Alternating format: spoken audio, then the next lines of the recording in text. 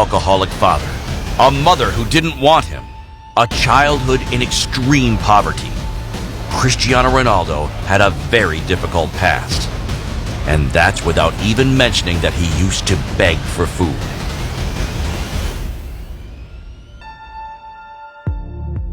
Ronaldo moved to Lisbon from the island of Madeira when he was 11 years old. He was spotted by Sporting and moved a step closer to his dream of becoming a footballer. But that didn't mean he'd left poverty behind him. Alone, without his family, he went as far as knocking on the doors of fast food restaurants to combat his hunger.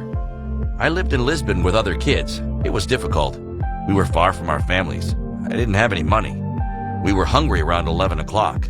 We lived near a McDonald's. We would ask for hamburgers and any leftovers from a woman named Edna and 2 other girls. Edna and the others came to Cristiano and his friends' aid, and CR7 recognizes that these young women were part of his success. Long before entertaining football fans, they gave him food in his time of need, and he will never forget that. I never found them again. I asked people in Portugal. They closed the McDonald's, but if this interview can help find them, I would be so happy. I want to invite them to Turin or Lisbon to come and have dinner with me because I want to give something back. I will never forget this. CR7's fortune is currently estimated at being worth $450 million, but that doesn't make him any less appreciative as a person. He knows that he owes a lot to the people who helped him, like these young women. Generosity, gifts, thank yous. There's no limit to Cristiano's gratefulness. He knows how inspiring his success is. Cristiano Jr. was able to experience a part of his father's journey because CR7 took him to visit his childhood home. We took Cristiano into the room where I used to live.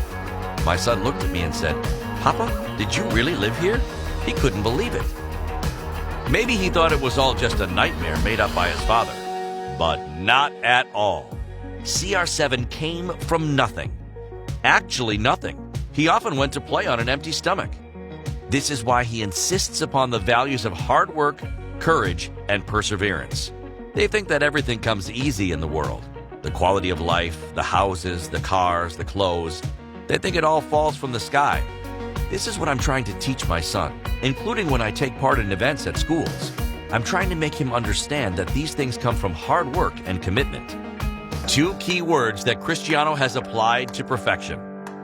He's gone from being a boy who begged for burgers to a businessman.